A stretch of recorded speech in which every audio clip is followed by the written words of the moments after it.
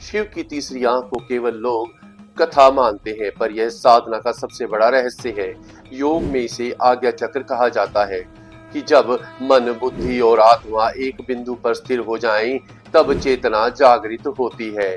तीसरी आंख ऊर्जा का केंद्र है, जो भीतर की शक्ति को ब्रह्मांड से जोड़ता है। शिव ने कामदेव को भस्म इसी तीसरी आंख से किया था, क्योंकि यह आंख किसी वस्तु को जला नहीं बल्कि उसकी नकारात्मकता को नष्ट करती है। विज्ञान भी आज मानता है कि मनुष्य के मस्तिष्क में पीनियल ग्लैंड एक अत्यंत रहस्यमयी ग्रंथि है, जिसे आध्यात्मिक ऊर्जा का स्रोत माना जाता है। ध्यान, ओम का उच्चारण और प्राणायाम से इस ऊर्जा को सक्रिय किया जा सकता है। तीसरी आंख हमें बताती है कि शक्ति बाहर नहीं, हमारे भीतर है। तो बोलिए, हर हर महादेव।